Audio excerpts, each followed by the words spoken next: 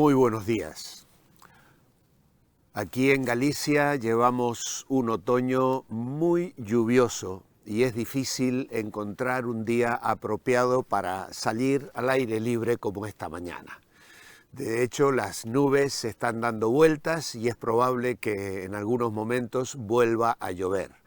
Pero he querido aprovechar este ratito para salir esta mañana al aire libre, a este bosque tan otoñal, tan especial, donde sin duda alguna el Señor tiene cosas especiales para decirnos.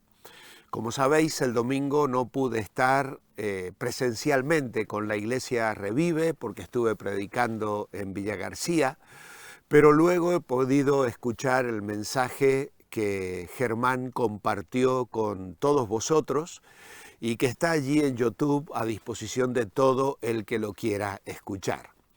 Una maravillosa bendición, la palabra de Dios comunicada en el poder del Espíritu Santo.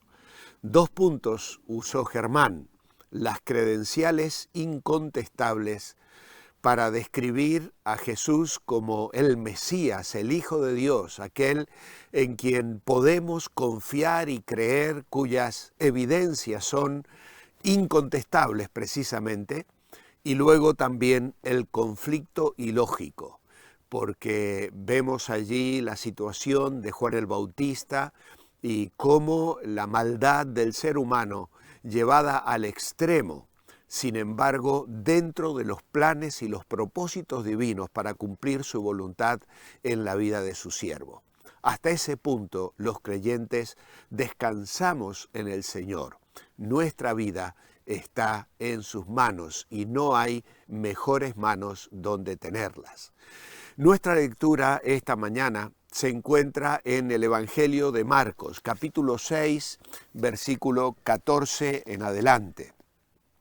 Dice la palabra de Dios, vamos a leer desde el 7, porque había un errata en la guía devocional. Entonces convocó a los 12 y comenzó a enviarlos de 2 en 2, dándoles autoridad sobre los espíritus inmundos.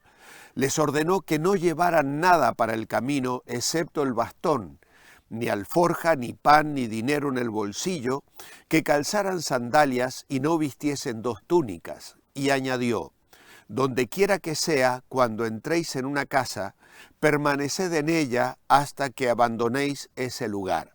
Y si en algún lugar no reciben ni os escuchan, salid de allí y sacudid el polvo que está debajo de vuestros pies, para que les sirva de testimonio. Sin duda os digo que en el día del juicio será más tolerable el castigo para los de Sodoma y Gomorra que para los de aquella ciudad.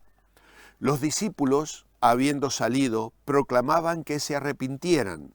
También echaban fuera muchos demonios, ungían con aceite a muchos enfermos y los sanaban. Luego tenemos la cita de Juan capítulo 7, versículos 37 al 39. El último día, el más solemne de la fiesta, Jesús se puso en pie y alzó la voz diciendo: si alguien tiene sed, venga a mí y beba. El que cree en mí, como dice la Escritura, de su interior brotarán ríos de agua viva. Decía esto refiriéndose al Espíritu que habían de recibir quienes creyeran en él. El Espíritu, en efecto, no se había hecho presente todavía, porque Jesús aún no había sido glorificado. Jesús sabía que no podía dejar todo en mano de sus discípulos el mismo día en que Él subiera al cielo, por lo que fue trabajando en sus vidas para formarlos como obreros. Después de su bautismo, la voz del Padre le confirió autoridad para comenzar su ministerio. Pero ahora es Jesús quien dará respaldo para la tarea que les va a encomendar. Notemos primeramente el llamamiento. Es fundamental asegurarnos que el llamado a un ministerio viene de parte de Dios. Jesús escogió a 12 de ellos y hoy sigue escogiendo hombres y mujeres para llevar a cabo la obra del ministerio. Pero también notemos la comisión. Les envía a predicar, dice el versículo 12, el arrepentimiento, que es un cambio de mentalidad que reforma la vida, es aquello que ellos debían comunicar. El gran objetivo de la predicación es llevar a las personas a conseguir un corazón nuevo y a seguir un nuevo camino. Pero también debemos notar el poder. Les dio autoridad sobre los espíritus inmundos. Predicar el reino de Dios implica oponerse al diablo y al reino de las tinieblas. La obra de gracia del Evangelio trae libertad y victoria a los que viven bajo la tiranía de las cadenas del pecado, de las que por sí mismo nadie se puede librar. La libertad la ofrece el Hijo de Dios. Pero también notemos la dependencia. No debían llevar provisiones, solo un bastón. El llamado al ministerio implica simplicidad de vida, austeridad y la disposición a la negación propia. Con este espíritu y dependencia, el trabajo nunca ha de ser en vano. Pero notamos la convicción. Jesús les confiere seguridad y firmeza para su tarea, la cual tendrá sus repercusiones eternas en la vida de las personas alcanzadas. Hay un día de juicio y ellos son embajadores de aquel que hará justicia a todos. Finalmente, notemos la misericordia. Predicar, liberar y sanar. Ungían con aceite como parte de medicina y tal vez como símbolo de sanidad divina. La eficacia de la obra del Espíritu Santo al entrar en la vida de una persona comunica sanidad, restauración, pero sobre todo el gozo de saber que hay en nuestro interior un río que fluye para bendición y vida eterna, como hemos leído en el Evangelio de Juan. La palabra que se traduce enviar en el versículo 7 es el vocablo griego apóstolo y de allí se deriva la palabra apóstol. Quiere decir enviar a alguien con una comisión especial para representar a otro y realizar su trabajo. Jesús dio a estos 12 hombres la autoridad apostólica y la capacidad divina para hacer el trabajo que les envió a hacer. No debían hacerlo independiente de sus propias fuerzas. Debían representarlo a Él en todo lo que hicieran y en todo lo que dijeran. Los informes del ministerio de Cristo, además del de los discípulos, llegan al palacio de Herodes Antipas. Marcos le llama rey, que era el título que Herodes quería que le asignaran, pero en realidad el impío Herodes era solamente un tetrarca, o sea, uno que gobernaba una cuarta parte de la nación. Cuando murió Herodes el Grande, los romanos dividieron su territorio entre sus 3 hijos y Antipas fue hecho tetrarca de Perea y de Galilea. Este Herodes Antipas, muy bien explicado por Germán el Domingo, se había casado con la hija del rey Aretas IV y luego se había divorciado de ella para poder casarse con Herodías, esposa de su medio hermano Herodes Felipe. Fue una unión perversa, contraria a la ley mosaica, tal cual la leemos en Levítico 18. Y el valiente Juan el Bautista había denunciado al rey por sus pecados.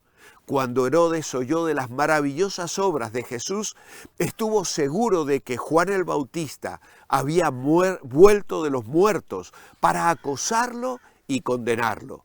La conciencia de Herodes le fastidiaba, pero no estaba dispuesto a enfrentar con franqueza sus pecados y arrepentirse.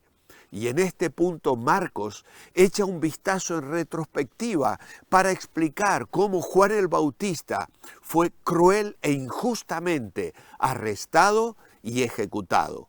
Incluso En este breve relato sentimos la tensión que había en el palacio porque Herodes temía a Juan, escuchándole predicar en privado, pero perplejo por lo que debía hacer.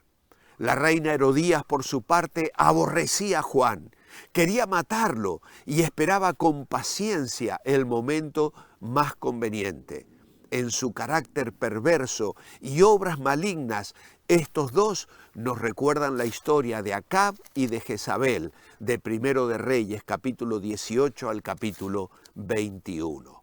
Y dice Marcos que llegó el día oportuno para que Herodías pusiera en marcha su plan, la celebración del cumpleaños de Herodes. Las fiestas reales eran extravagantes, tanto en su ostentación de riqueza como en su provisión para el placer.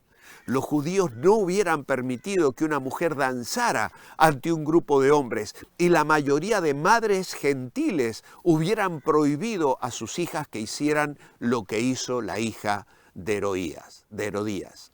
La historia nos informa que esta muchacha se llamaba Salomé, pero la muchacha era parte del plan de la madre para librarse de Juan el Bautista y Salomé hizo su parte muy bien. Cuando Herodes oyó la macabra petición de la muchacha, dice, se entristeció mucho, pero tenía que cumplir lo prometido o quedar mal ante un grupo de personas influyentes. La palabra juramento en el versículo 26 está en plural a causa de sus muchos juramentos, porque Herodes repetidamente había expresado su deseo de recompensar a la muchacha por su presentación.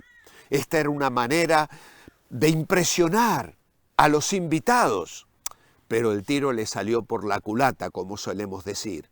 Herodes no había tenido el valor suficiente como para obedecer la palabra de Juan, pero ahora tenía que obedecer su propia palabra. Y el resultado fue la muerte de un hombre inocente. No nos desesperamos, porque sabemos que Dios controla la historia y el testimonio de Juan en relación a la persona del Señor Jesucristo y a la denuncia del pecado, sigue siendo un poderoso testimonio que influencia nuestras vidas para comprometernos con el Evangelio al que Jesucristo nos llama a proclamar. Mi oración escrita esta mañana: amado Padre, nos has llamado a una misión, la de proclamar tu reino. Es maravilloso ser parte del equipo de Dios y aunque a veces hay un precio a pagar a causa de la verdad, como lo asumió Juan el Bautista, tú darás la victoria. Tu nombre será honrado y la recompensa por ser fieles a tu causa la recibiremos disfrutando una eternidad contigo. Te alabamos y adoramos hoy. Ayúdanos a ser valientes y dar testimonio fiel de tu verdad. En tu nombre, amén. Que el Señor os bendiga mientras vosotros os esforzáis en manteneros bendecibles, recordando que lo que os deleita os dirige.